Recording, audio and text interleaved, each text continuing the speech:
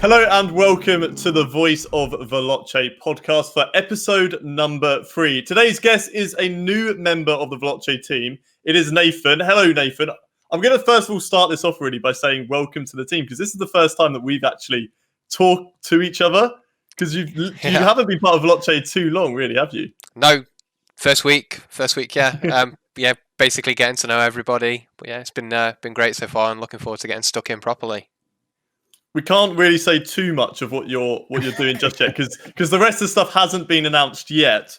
But we can obviously announce that you are part of the Veloce team as like a team manager. You're coming on in that role, aren't you? Yeah.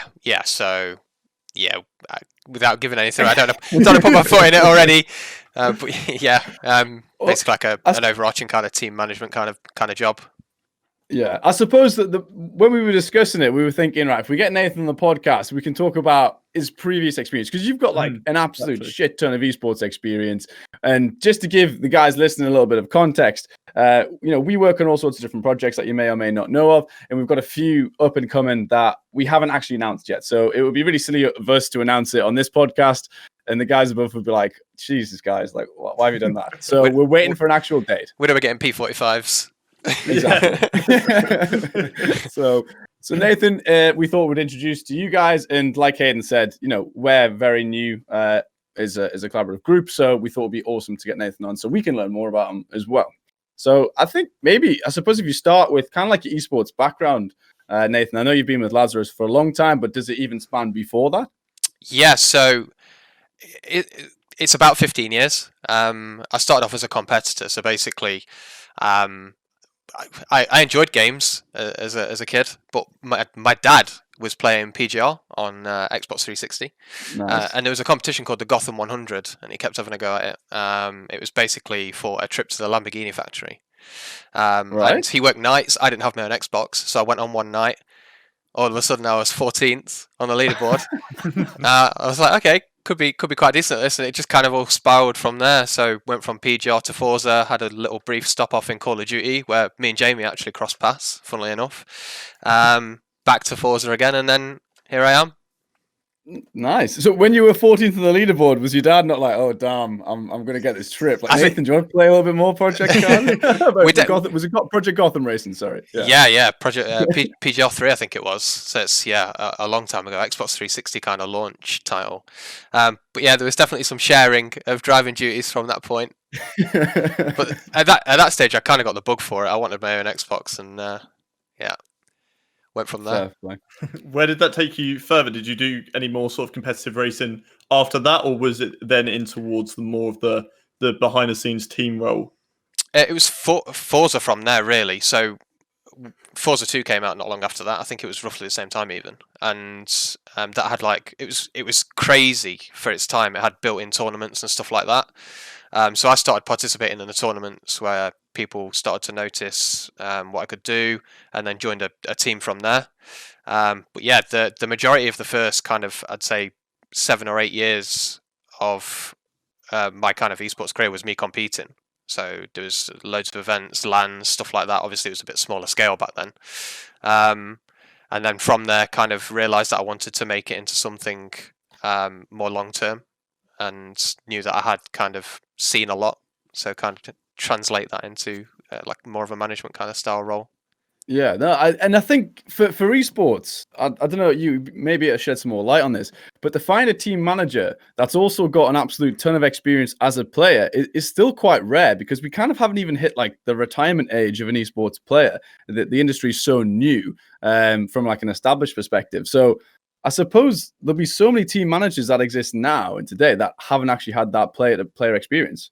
I think you're getting like a first or second wave. So a good example is Carlos at G2 or Ocelot. He was a professional League of Legends player before, he took over, at G2. So yeah, I think it has its benefits, obviously, because you know kind of what it's like to perform at a high level, especially if you've got relevant experience in the actual title that you're managing. So obviously, as a racer, I know what it's like for the guys psychologically. I know, certain things that I've been through where maybe I could give a helping hand and stuff like that.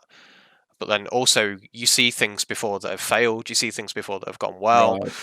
So yeah, there's a lot to lean on in that regard too.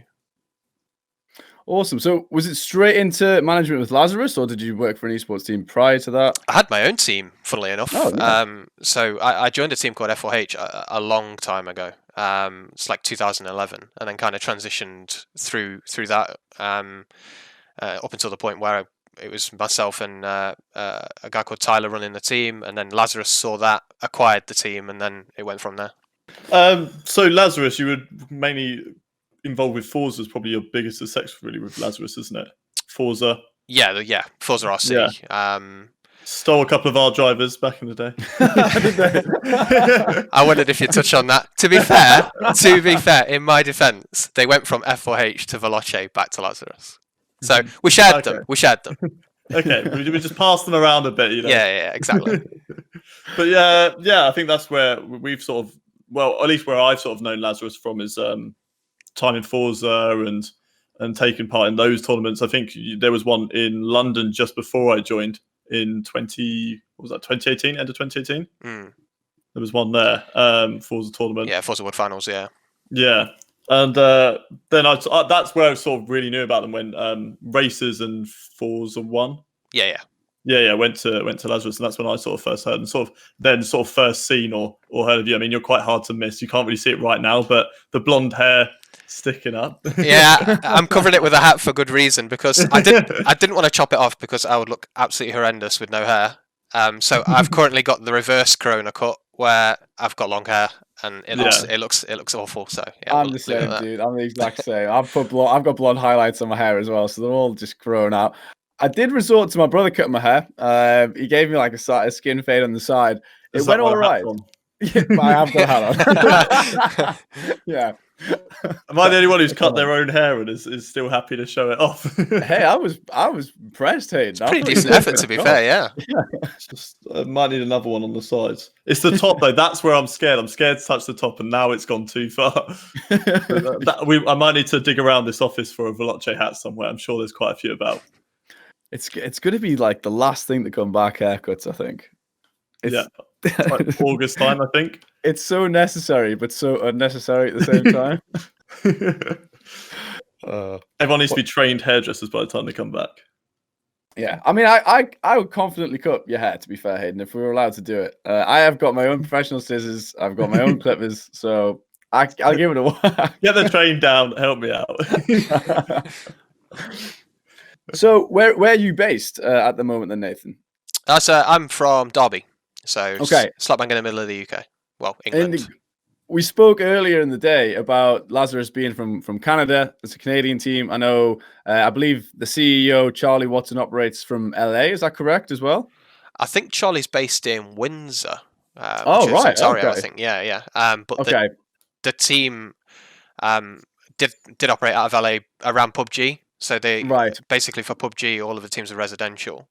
Mm-hmm. So there was a team facility or house in LA, and then obviously, the GM and stuff kind of used that. Yeah, fair. So, and we were talking about time differences and stuff, and I suppose coronavirus hasn't really altered your work because you were operating as a remote worker anyway, but it was just on a slightly different time zone. Am I correct? You were kind of like an owl. Yeah, I'm quite happy for the fact that you guys are in the UK. Means a more normal sleeping pattern at least. Yeah, see sunlight again. Yeah, basically, you can tell by how pasty I am that I've not seen it for a year and a bit. So, obviously, from like an actual competitive point of view, is that something that you're still interested in? Not necessarily competing level. Do you still play quite a bit? I see you've got the play seat sat next to you. It's almost looking like a little bit of a sidecar to your chair. Yeah. There. Do you still actively get involved? Yeah, I think it's impossible to kind of lose that competitive bug. I think I will always play, or I'd like to think I will anyway. I think gaming's been a big part of my life so far, so I don't see that changing. But yeah, racing games, still a massive fan. So playing a lot of Assetto Corsa at the minute, getting a few of my mates into it as well, actually, that have never played racing games before, which has been pretty cool. But then outside of that, I love shooters. PUBG, Valorant has been amazing. COD, Warzone. I'll play pretty much anything. We'll have to get you on the Twitch stream. Yeah, definitely. Yeah, sure. You mentioned earlier that you came across Jamie in one of the Call of Duty tournaments. How long ago was that? Because I remember he always brags about how he used to play competitive in Call of Duty. If you bring up Call of Duty, he will always be like, yeah, I used to play competitively. How good was he?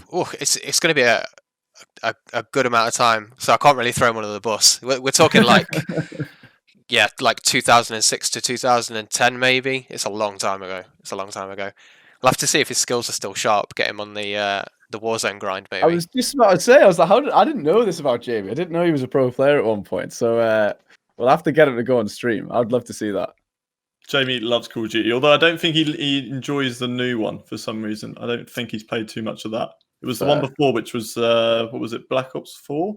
Yeah, they tried their own like battle royale and it flopped hard. Yeah. We had like a PlayStation hooked up in the office, and any sort of lunch break or any time he had free time, he'd be on that playing straight on Blackout. Yeah. Yeah. Always land at primary range and get killed. I was reading today actually about Warzone. They've kind of like gone down the route of putting things in the map, like different computers that you can go to log into, but they need a password. They've got like wolves that are getting louder coming in from different parts of the map. Someone's found bunker animations, like the bunker door opening animations and stuff. So I literally just read that today. So I need to jump onto Warzone myself tonight and try and find these. Yeah, I found one of the laptops. I didn't know what it was because I went onto it and it said enter password, and I held down X and nothing happened. So I was like, okay, that's a bit weird. That's obviously not in there for no reason. So clearly it's something, but because I've literally jumped on, I think Monday was the first time I played it. Yeah, I was a little bit clueless as to what I was doing. But yeah, that's quite interesting because that's sort of pushing it maybe down the Fortnite route of constantly adapting the game and keeping players engaged in it a lot more. Yeah, I certainly hope so, because that was what got me hooked on Fortnite so much, because it's how ingenious it actually was. Like I just loved the fact that every time I logged on, there was something different, and it would give you like a weird little cinematic to show what had changed. So it did keep you in the loop, whether you liked it or not. So we need to jump into that. I suppose. So while we're talking about games, something that I want to talk with yourself about, Nathan, was like, especially now we're on Fortnite, so many kids DM the Veloce accounts saying like, I want to be a player, sign me up, I've got mad skills, this sort of stuff. And they'll send me like the most generic box fighting clip that you've seen 100 times. Since this is like your realm, this is something that you have expertise in, like, to all the kids out there who are constantly DMing the channel, what do you want from a player, from a talent perspective? What is it you look for the most, and what's the best way to actually approach an esports team in that, in that manner? I think getting yourself involved in leagues is a big first step. We are aware of what leagues breed top talent. So if you're playing Formula 1, you're over at AOR. If you playing Forza, you're over at Tour or something like that. We are aware. We're watching. We see the names that are coming through. It's going to be very difficult for us to miss you. If you feel like we have, then I always appreciate an email more than a DM. Tell me more about you, a little bit about yourself, what you've done, what you've achieved. Achievements are always great, and make it a little bit different. Catch my attention with something, something different. That makes sense. No, I like it. So on that, can you like notably say of any particular players that you've had in the past that you've known that have done something different when trying to approach Lazarus, for example, or any other teams that you've been involved with? I think a good example would be we spoke about Melee Racers, who was completely new, basically brand new to online racing on Forza, and approached the team about getting involved in a Nürburgring 24-hour race.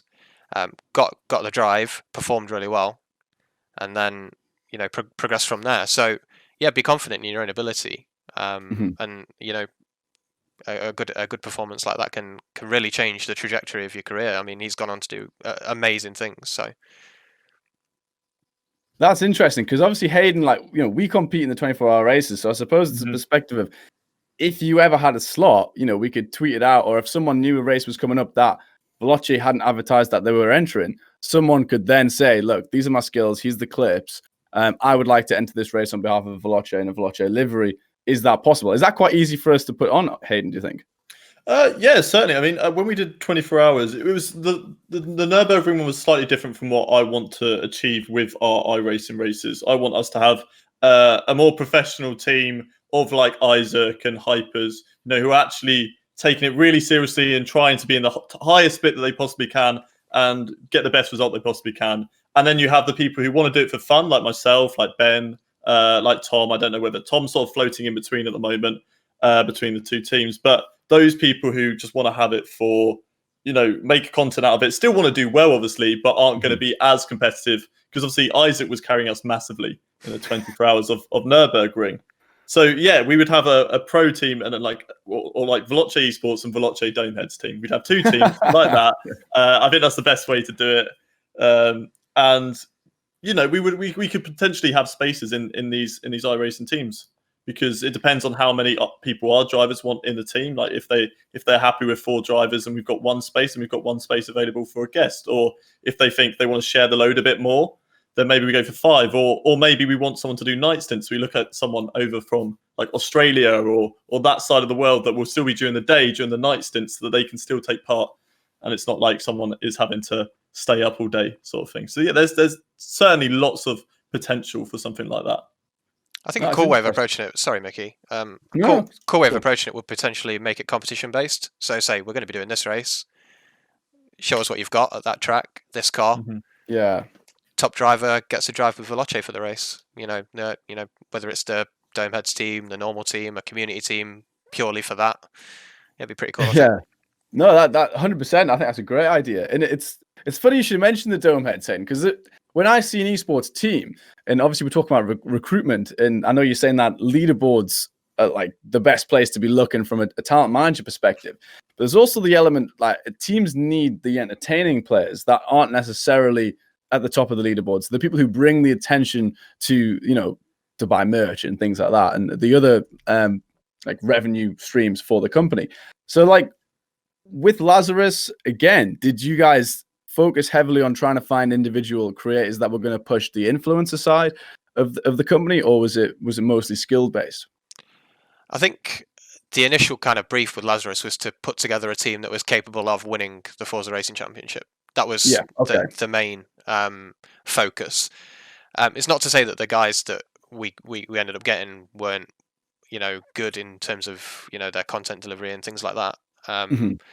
But I don't think that was particularly the focus to begin with. I think it was going into the second year. But yeah, I think it's quite difficult to find somebody who can perform at the top level, like at an elite level, as in winning events, and gives you the full package of being a great streamer and personality. Because I think by design, performing at a high level kind of takes away from your ability to stream.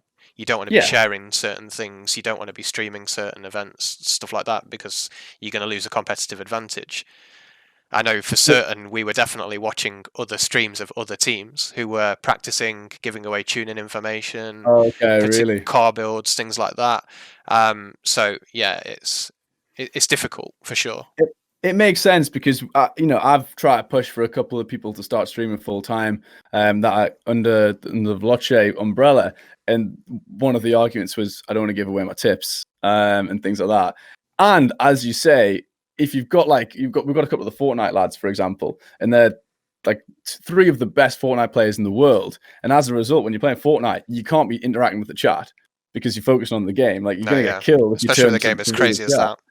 Yeah, exactly. And so it's a trade-off, really, I suppose. So it's almost like teams need to take the risk, and if they are trying to push the influencer side, they have to hire someone who is potentially just trash at the game, to then bring it up from that side, which is almost like it's a huge risk, really, because they're not going to bring any prize money, and they have to bring revenue from an alternate stream, really, don't they? Yeah, I think it's definitely possible. I mean, you look at someone like Lando Norris, for example, F1 driver. He's moved over really well to streaming and esports, but also has the personality to go with it. So his viewership as a result has boomed. He's managed to transition from being purely an esports racer to variety streaming. So it's definitely possible. It's just finding the right person, I guess. Yeah, definitely. I thought you were going to say something that I hated. Sorry. I thought you were going to say something. We both looked at the screen at each other. That's the thing when you do these podcasts as well. I know, Nathan, you apologized earlier when you interrupted. We always just kind of talk over each other. I think it's just something you've got to go with, isn't it? So I know you mentioned Lando, and that's quite interesting because that's something we've seen the other way. Like, it's the first time ever we've had a chance to have actual F1 drivers show their personality, because you don't tune into their onboards during the F1 race, and you don't see them screaming "screw you" at players as they're flying past them. Like, this is all like golden content that real sport hasn't produced in the past, and it's going to be interesting to see if they maybe pick that up when F1 comes back. They might be having internal conversations saying we need to have like Lando's onboards and Charles Leclerc's onboards broadcast to the world live, potentially.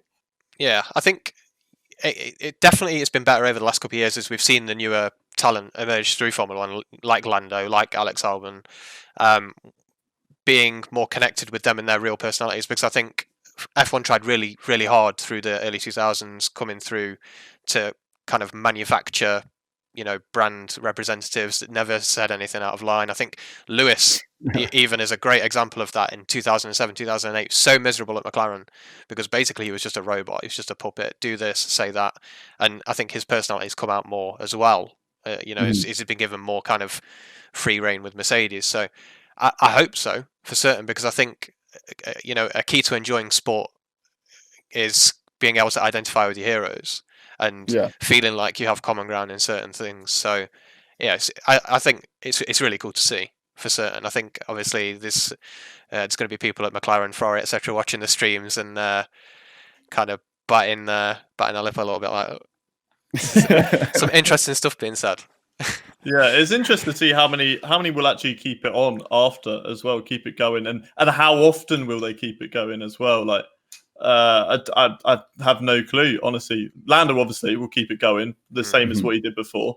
It's just whether the newer guys who've jumped onto it, whether it's going to be something that they keep on going. I think hopefully they'll have gained an appreciation for it and realised that it is a great way of connecting with their fan base, a great way of spending time with the fans who can't make it to circuits and things like that. So fingers crossed that they do stick with it, because it's good for everyone. I think it's good for them. It's good for racing games and esports in general, because there's new eyes being brought in, and it's good for fans. So. And I was looking today because I was collecting some data on them, and Lando's obviously got his own Lando Plays YouTube channel now, but he also has his normal Lando F1. And before he started putting all of our races on the Lando Plays, he put it on his official one.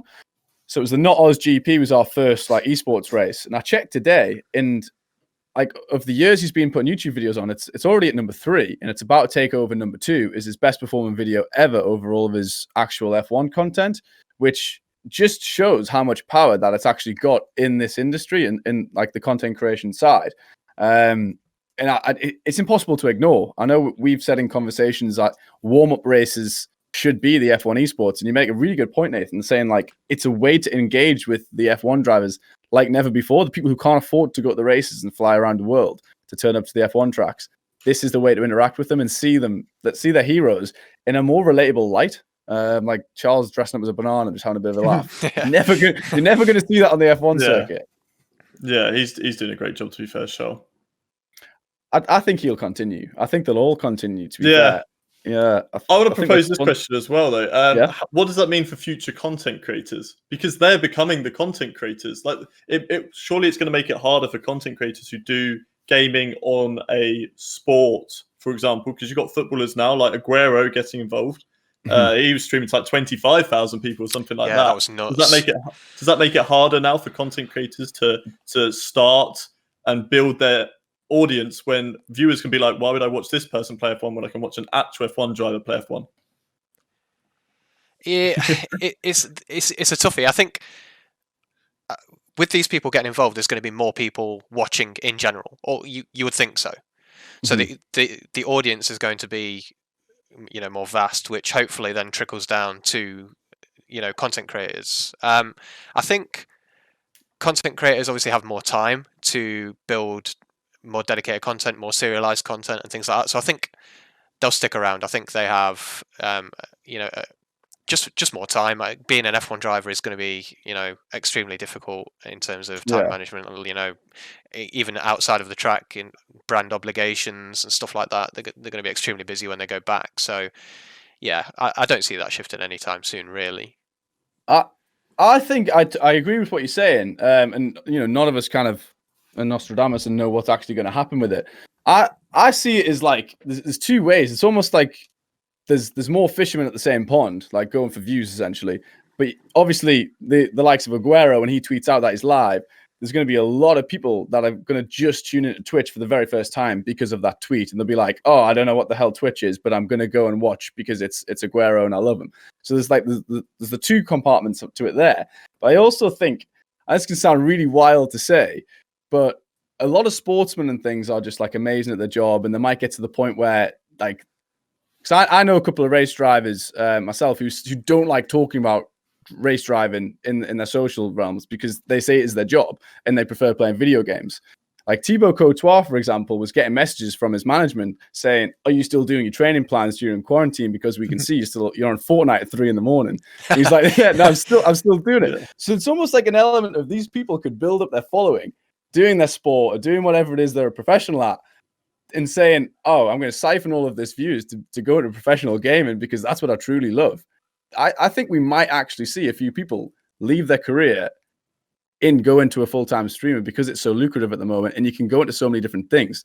Take Noel Miller, for example. He's a stand-up comedian that harnesses a lot of his audience during his stream and then partners it off with Spock, the music producer that he works with.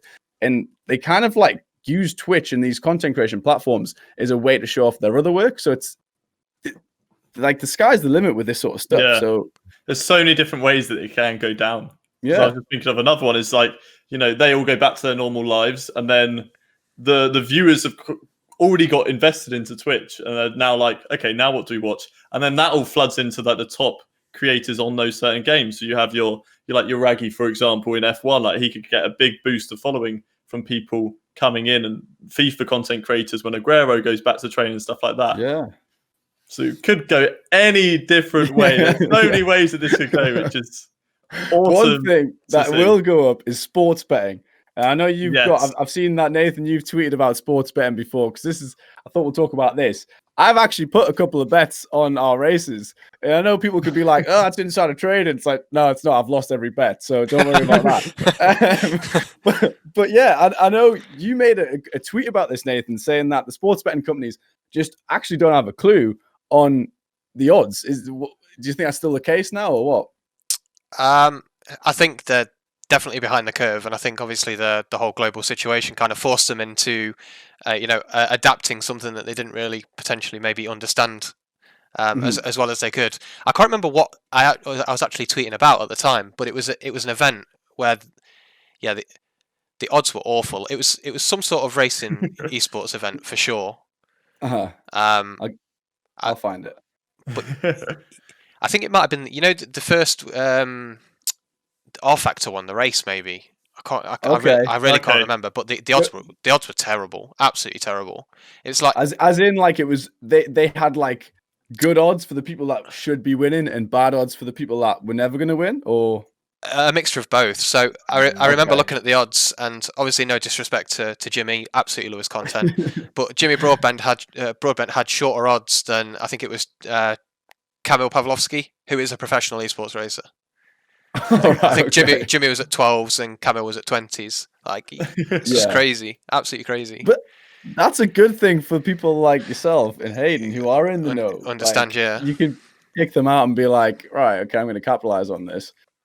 Yeah, I wish I knew about this sooner. God, was he loaded by now? Yeah, I bet on Latifi to win either way, and it was 20-1. And Latifi's sick, and he's normally up there. And that was in the official F1, but it was the one where Alex Albon took it. I bet on Lando. I actually told my friends as well. I was like, Lando Norris has been doing sick in these last couple of races, and he's going to win this one. And he didn't. Disconnect. Someone makes me furious with that. Like, here's the tip off, mate. It's like, it's so difficult to tell in esports, especially if you have, like, in our Not the GP series now, we have quite a close mix with the likes of, we're getting back the esports drivers to compete against them. So Chem obviously started coming back into it, and we had Limitless. Two people that can compete with these drivers, or at least the drivers can compete with them, because we thought the drivers were going to be off the pace. And now we brought Danny Berezny in. And to be fair, Charles Leclerc was not too far off the pace of that. So then you've got all these F1 drivers that were getting involved. You have all of the likes of Charles, George, Alex, Latifi, and Lando, and then you have Chem, Danny, Limitless. Even Ben got involved at one point, and we bring in more esports drivers as well. Like bring it back, James Baldwin. Who's going to call that? Like, just put everyone on the same odds. It's going to be so difficult to make a bet on that. And exactly, and as you say, there was James, so TRL Limitless, Charles Leclerc, and then Ben. So a complete spread of the three who were any of them could have got first. I actually watched Ben's perspective of that today for the first time. He's made a great YouTube video out of that little battle. It's definitely worth watching if any of you guys listen and haven't seen it. And it just shows like it's really tight knit at the top, and yeah, the odds are really difficult to put on. So I wouldn't want to be the guy who's working for Betfair or whatever, trying to predict who's going to win their races. Maybe we'll come a bit of slack. I'll hold off on the tweets for a while. especially when someone like Dave Gaming comes in, unknown to a lot of the UK watchers, and I'd known of his content, but I'd never watched him, obviously because he's German, so I don't speak the language, so I wouldn't really know what was going on. Yeah. But he got fourth, I think, in the first race and third in the second one. Imagine if you had like a bet on someone to get on the podium. Yeah. And that could have been some pretty good odds. I didn't look at it in the end, so I don't know what it was. But those could have been some pretty decent odds if anyone put money on that. I think that's why at the moment they're only betting on the win, because I think they're kind of, by doing that, they're accepting they don't know the market that well. So they're not putting any intricate bets on just yet. But it'll be interesting to see when they start doing that. They've definitely explored it in other areas. So like certain betting companies definitely have like dedicated esports sections, especially for things like CSGO and League of Legends. But I think racing esports is so difficult to call. So difficult. Yeah, I had a bit of experience with GG Bet in CSGO. They put an event on at ICE, which is the gambling exhibition that's in London every year. And they had a huge CSGO tournament going on there, and it was $250K for the winner. And they had all sorts of different things going, which was awesome. I don't know CSGO very well, so I lost a lot of my money. But League, I like betting on pentakills. I'm still not winning any money on a pentakill, but it's just because that's what you want to see. True. So obviously, from a racing perspective, that's you've come in from a team manager. On a racing perspective, we can't talk about where. It's going to be quite exciting when we do release where, because we've got some good projects coming up, and that one in particular was really exciting. But when you're at Lazarus, did you ever get involved in any other stuff? I know they do Smash, Fortnite. They've got like an all-women's team in League, which is awesome to see as well. So what other elements did you get involved with? I tried to get involved in as much as possible and just absorb as much as possible in terms of being aware of what it is that we were doing at any time. Fortnite World Cup was a big one, making sure that we were well invested in that. I think being a fan of esports in general helps as well. I genuinely like things like PUBG, and obviously we had a PUBG team. So I just tried to become as immersed as possible. Watch what things were happening in terms of who the org were looking at recruiting, what the strategy was in terms of marketing them, etc., etc. And I think I learned a lot in a pretty short period of time of what worked, what didn't. I think having quite kind of like a broad knowledge is definitely going to be helpful going forwards. I think obviously more racing focused here, but I think what I'm trying to say, if I can get my words out, there's a lot of esports that are way further along the line than we are in terms of how big they are and what they've managed to accomplish. I think being able to translate, our smaller community into what they've done and make improvements on that, I think, it's exciting going forwards. There's definitely space for improvement. Yeah, sorry, Hayden, go on. I was literally probably say the same thing as you, just room for improvement, and just agree that we are, as a racing esports, it is behind a lot of other esports. Yeah, for sure. I'm not entirely sure why either. I think maybe just people don't appreciate that it exists, or maybe it's... I think it's because F1 is the main racing. F1 is the pinnacle of motorsport. As much as people like to argue that, I like IndyCar, I like NASCAR, or I like Formula E, F1 is at the moment. It might not always be, but it is the pinnacle and has been for such a long time. Yeah. Therefore, if F1 doesn't get involved, then it's just not going to explode because it doesn't have the attraction. F1 is sort of making it a bit more attractive, and then people who do like the esports and are looking for something during the off season can go towards Forza and all these other different games, being like, okay, I'm quite enjoying this. Whereas you look at stuff like Rocket League and stuff like that, it's very new. It's got its own market for people who have enjoyed the games rather than having a big company. Same with football. It hasn't really kicked off for football esports because, it's taken such a long time for teams and stuff like that to get behind it, I think. It's almost harder for an existing sport to turn into an esport because you kind of feel like you have to mirror what the real sport's doing. And if the real sport isn't going to support that, it's never going to fly. It's going to be a lot harder. So you're fighting an uphill battle. Whereas with League of Legends, that doesn't exist in real life. So you can just do whatever you want with it and build a community based around that. Whereas like Hayden, like you're saying, with F1 already existing, you have to siphon that community into F1 esports because if you can't say to a new market, oh, here's this F1 esports game, because it's like, yeah, we know about it. It's F1. Like, if we don't already like F1, we're probably not going to like this. So you have to take the F1 fans into the esports and then grow it from there. And like we've been doing, trying to get the likes of Thibaut Courtois, Noel Miller to then bring people into the sport, which I think we've done really successfully, to be honest. I think the sport's growing as a whole. You've got Netflix's Drive to Survive. That's bringing new fans into F1. I think we brought new fans into F1 gaming through the likes of Noel Miller and Thibaut Courtois and other, Lando, not even getting Lando Norris involved.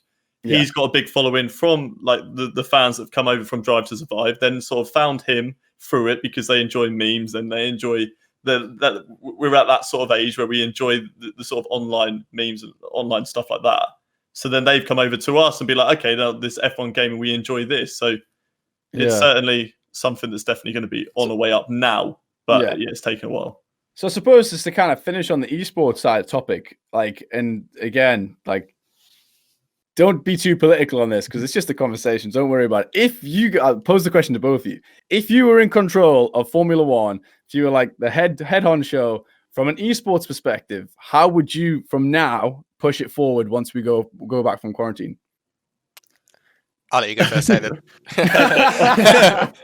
Let you go first. I think I've said this a few times what I do with F1 esports, and it's not mirror the real life F1 as much. F1 at the moment isn't that entertaining because you have so many races. There's great races in a season, but you have so many races where they're just quite dull and boring. I think you have that in F1 esports as well, where people just follow each other for so long and no one is really going to take that move. You don't see it in our events because, nothing's really on the line. If you crash out, so what? You just go again. Whereas on the F1 esports, obviously, these people have people in charge of them that are watching. And if they start messing up over and over again, then their jobs are going to be on the line. So they're a little bit more hesitant to making that move. Plus, you're up against someone who's basically the same as you.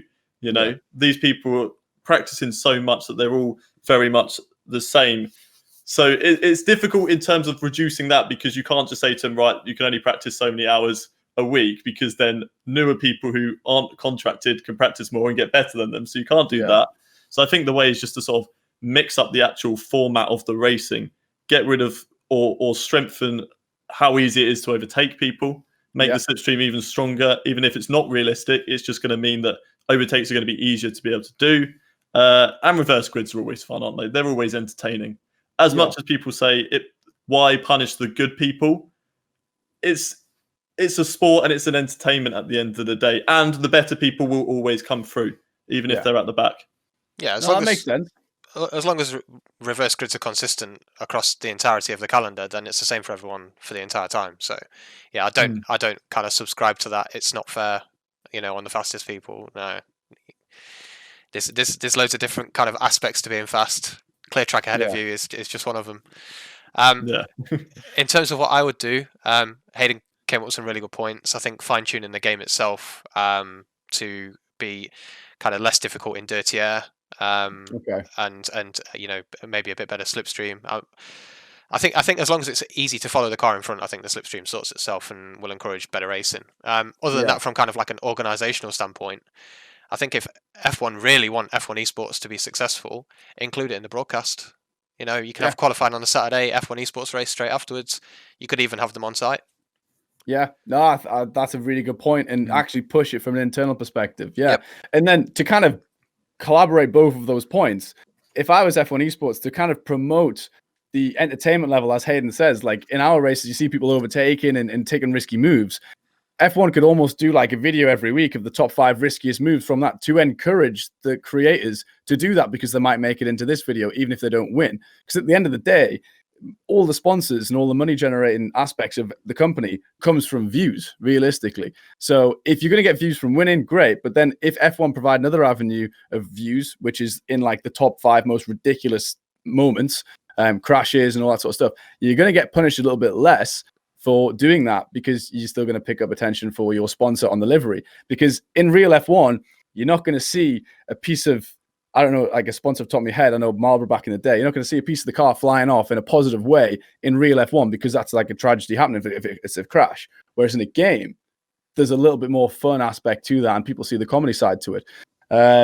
As for me as well, I would encourage the likes of Lando, Charles, George, Albon, and Latifi to go as a 5 and enter in F1 to front the cost for them to go and enter into a Call of Duty competition just for the crack, to then put their F1 names onto the map in another tournament. They're going to come dead last, but they're going to be producing some hilarious content. And it's basically taking that marketing budget that F1 have, instead of putting on a TV advert or wherever they do it in the Sky contract, put it into just getting their main players to go and enter into some daft tournament. You're going to get way more advertisement from doing that than putting an advert together, in my opinion. So that's what I would do. This an interesting point you touched on there in terms of kind of like partners and stuff like that. So a lot of games that release, Apex Legends did it, Valorant did it. They'll get partners on board that will stream the game for an hour, talk about it, chat about it. You know, your Shrouds, your massive content creators. You know, why aren't we doing stuff like that with racing games? Why aren't we, you know, putting racing games at the forefront of Twitch and, you know, seeing if people, you know, like Shroud and people like that want to get involved and show people, you know, what it is that, you know, we do too. So I think that's also a good idea. Yeah, it's an interesting point you bring up Shroud, because like he's got this like persona that, well, not persona because he's earned it. He's one of the best games technically in the world. It would be interesting to see if he can transfer those skills into a racing game. I mean, the hand-eye coordination is definitely there. But I don't know. It's odd. I feel like in a way, racing games are kind of on their own little island in terms of, you know, being a gamer and the skills required. They're a bit different, especially on a wheel when you transition onto a wheel. Yeah. I agree. And I think that's why I put in the Slack group the other day when I was on about just cars driving into each other and trying to appeal to a wider audience, like a destruction derby, that Forza thing you put on. That would be massive. Like so many people, I don't see any content creator saying no to entering into a destruction derby, especially if they're sitting in the sim and feeling like they're driving in it. Yeah, Wreckfest would be fun. I don't know if you've ever played that. Wreckfest, a very fun game. I've seen a lot of videos on it. It does look like a lot of fun. It's basically what it is on the tin. It's just you know, you're driving round, and if you have a collision with someone, it's not like, you know, you are gonna lose performance and stuff like that. But it's not like the end of the world. Like that is sort of the aim, is to sort of you do have modes where it's like last man standing, for example, and stuff like that. I like that. So it's like rating your crash. You get points based on how good the crash is. I haven't played it that much. So okay, sure. It's basically like still like a competitive racing game, but with really cool crash physics and tracks that encourage you to kind of go across jumps together and crash in the middle, stuff like that. It's pretty cool. I like that. So it's like Hot Wheels. Yeah, but it's also really good on a wheel. So it kind of mixes the two kind of worlds. I definitely encourage you to give it a go, Mickey. It's really fun. No, I'm keen, 100%. I'm gonna tell me, what was the name again? Wreckfest, it's called. Wreckfest. Okay, I'm getting that on. It's on Steam. Yep. Wreckfest. There's some free advert for you to all how many listeners we get. Yeah, no, that sounds good. We'll have to get a game of it again. I'm streaming tomorrow night, to be fair, so I might jump into some of that to start with. I'll come join you. Yeah, get Wreckfest on the go. I'll come wreck you. Whoa! We've already just met him. Well, No, I mean, sweet. if you're cutting my hair, then anything's on the table. True. I'm getting prison wife vibes.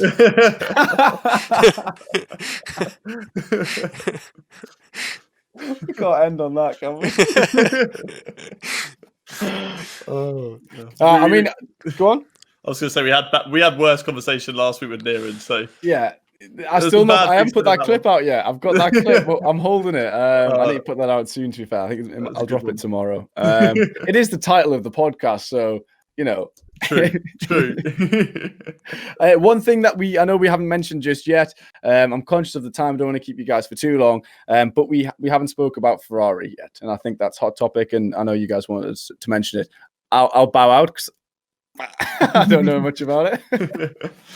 Well, to keep you up, Mickey, we're just to run it through, and anyone at home who for some reason has missed this news, where have you been living under a rock? Sebastian Vettel has announced that he's leaving Ferrari. They've parted ways, and in his sort of leaving sort of debrief or whatever you want to call it, he sort of suggested that maybe he's going to be taking a step away from Formula One because it's just like this lockdown period has made me realize a lot of things. He's got a family. I think he's got 3 young kids, potentially 2 or 3.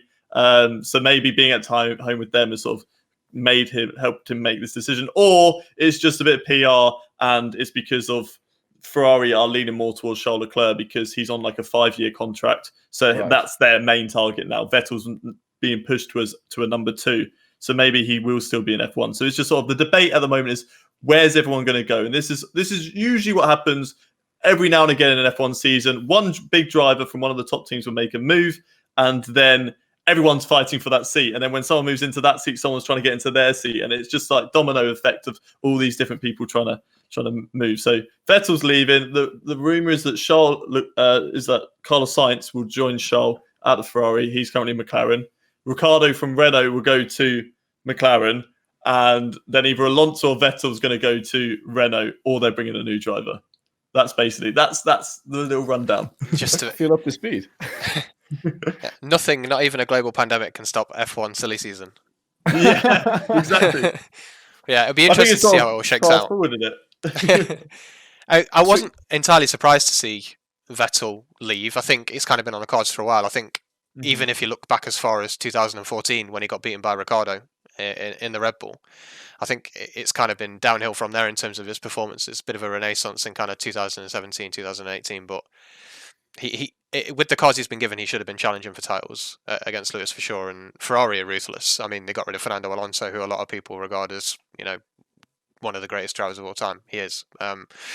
So yeah, there's no time, and I think it was clear early in the season that Charles was there to stay, and the balance of power shifted quite quickly. But yeah, Carlos at Ferrari, I'm not sure. I feel like maybe I would have gone down the route of someone more experienced, like a Perez or a Hulkenberg, maybe, just to tide them over for a couple of seasons because there's a big reg change coming up. But yeah, be interesting to see where everyone ends up for sure.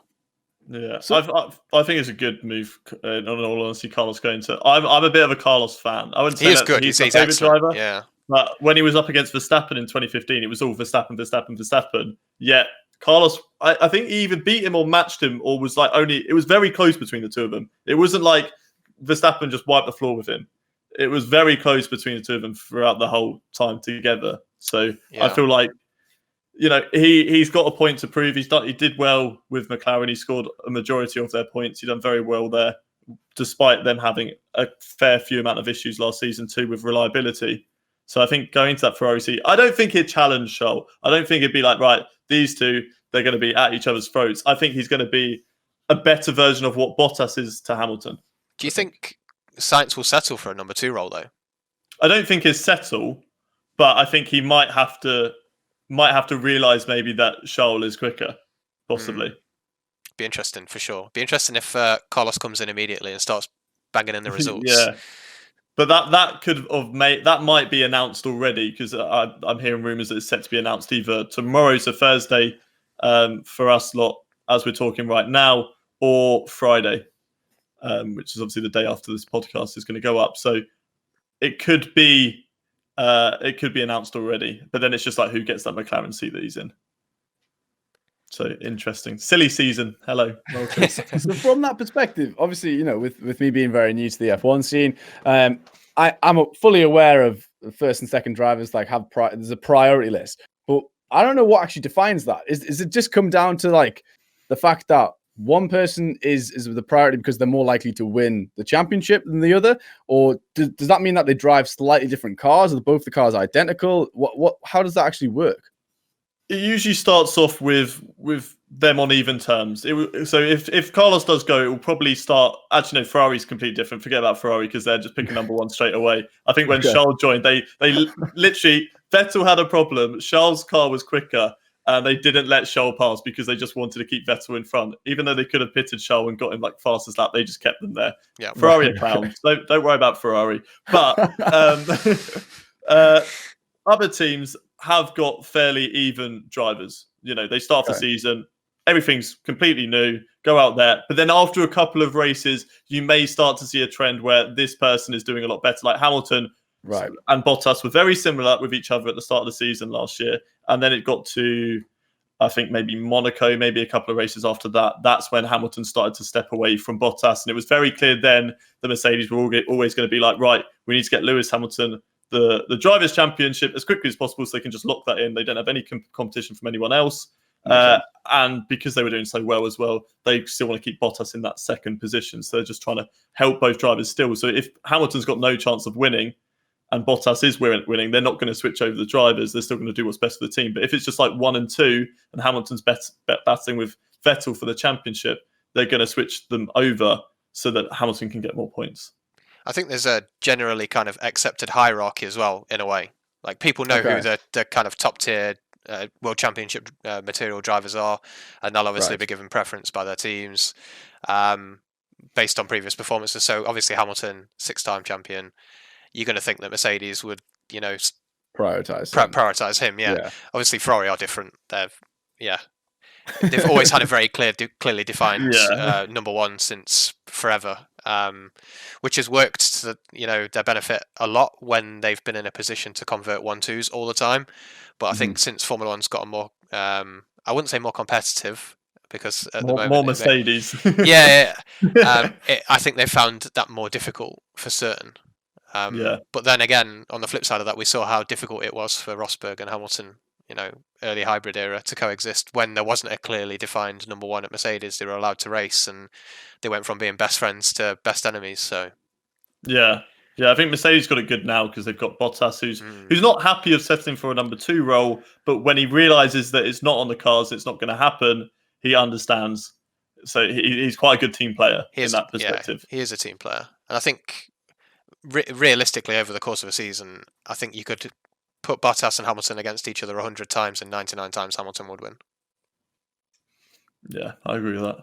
I'm smelling a weekly podcast between you two, by the way, on the F1 knowledge when the season kicks off, because you're educating me here. Like, seriously, I'm not taking the mic. Like, we can maybe start a new series where we teach people new elements of Formula One, and you're like, so instead of having to talk to the audience like they're 5 years old and they don't know what F1 is, we actually talk to you about it. I'll dish out my school uniform. I'll dig out my school uniform. And I'll come whoa, Mickey, come on now. Where's this going between us? Now you're getting school uniform. I'm keeping my mouth shut. Yeah.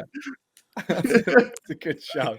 At the moment, we don't have any F1 to actually talk about that's live, so hopefully there won't be too long until we get back to that. Has there been any news on that, actually? Have they said anything? Or what we cancelled up to now? Planning for Austria, which I think is June. Right, okay. End of June. I think that's end of June, and then because Silverstone's usually a couple of weeks into July. So end of June, July, I think that's where they're aiming for, which means for the first time ever, the F1 game is going to come out before the actual season. It's honestly, I feel like it's a shift. Fortunately for us, but like F1 have had no option but to kind of turn their heads towards this now. They're showing it on their own YouTube channel, and I think, as you said earlier, Nathan, to make F1 esports better, they've got to broadcast it themselves on a weekly basis, and I just can't see them not doing it now. I think they genuinely will really go hard and push it through.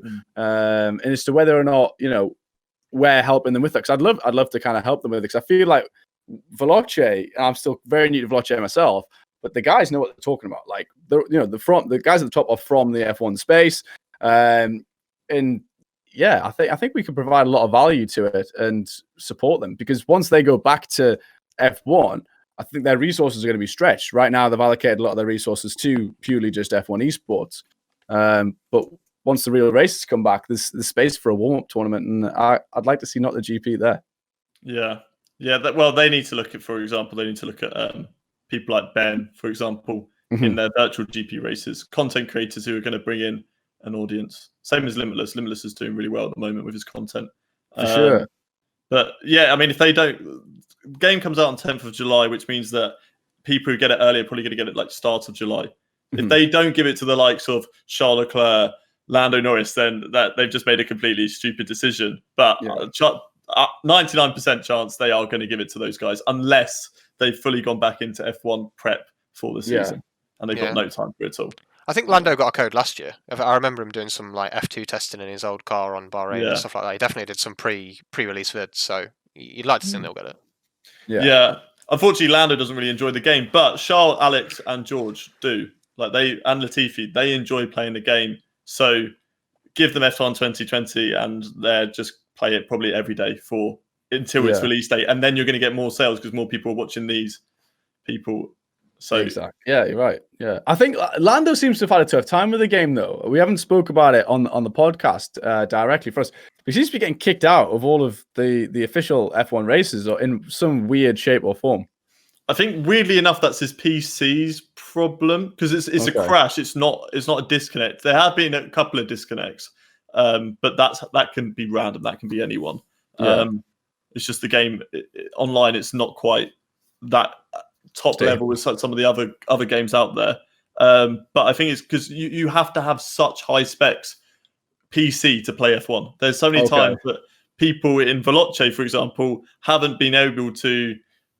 Tom, for example, and Joe, they have struggled to make content on the game because their PCs weren't high enough. And as the games year on year got better and better, their PCs couldn't keep up, and they had to sort of wait and save up until they could get this even better PC to play it, which is weirdly enough, because I think Lando's got a really top spec PC, but maybe it's optimized to what the F1 game needs.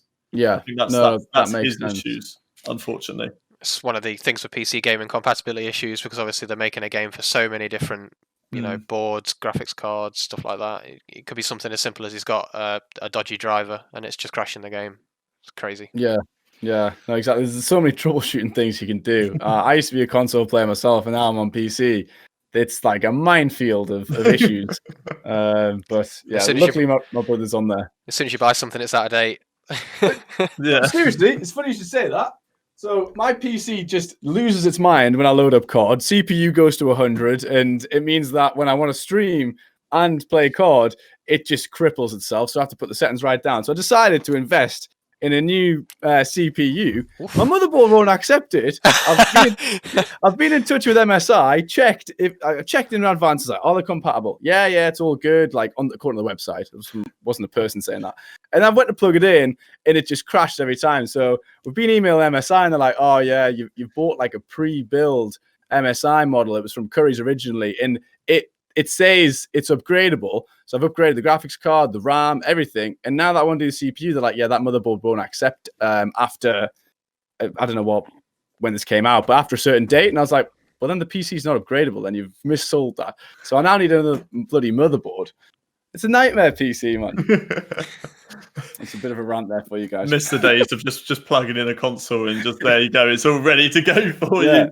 Exactly. Now there is always an issue when I boot up a new game and try and stream it. It's not in the right resolution, or I've got to window it, and it's just like, Cal's not here. I've got no one to rely on. I've got to do this all by myself now. Carl is a whiz at it, man. I didn't realize how much of a wizard Carl actually is on the PC. So it's definitely a good one to pull on. Right, guys, I think we'll just hit the hour mark. Any other particularly burning topics that people want to discuss before we close up? I think that we're all good on my topics, all ticked off. I think I'm happy with what we've discussed today. Good stuff. He's going to Nathan? be wearing a schoolgirl uniform. So I used to go to school and wear male clothing. I could ask my fiance for some female if he'd prefer. Hayden, Perfect. We'll get that on next week's podcast. If this podcast hits over, let's go 500 likes on YouTube, then Mickey can wear a school uniform. Schoolgirl uniform. Schoolgirl uniform. Is that unachievable? I'm willing to commit for a specific amount of likes. Hang on, let's have a look. Let's have a look at the last podcast on YouTube quickly, and we'll find out. You could ask Nathan whilst I look at this if he has any other topics. You've talked yourself into something here, Mickey. I have, but it's for a good cause. I'm going to make sure it's pretty unachievable. And the chances are, I've looked at our click-through rate, and people, we've had about 20% make it to the end. So I'm confident it could be okay in these early days of podcasting. 45 likes was the last one. So 45? So I think 500. You're fine. Yeah, fine. We're not going to hit 500 likes. So 500 likes. The next podcast, I'll let me down. You know what to do. I can see a retweet with a quote off the main account, just to help it along a little bit. Yeah, I'm in control of that account. Yes, I'm gonna get Arab. I'm gonna get Niran. I'm gonna get all of them just to tell people to go over there and just leave a like. You don't have to watch the video. Just leave a like. That's all. Shit. Get it to 500. 1,000? No, you already agreed. It's committed.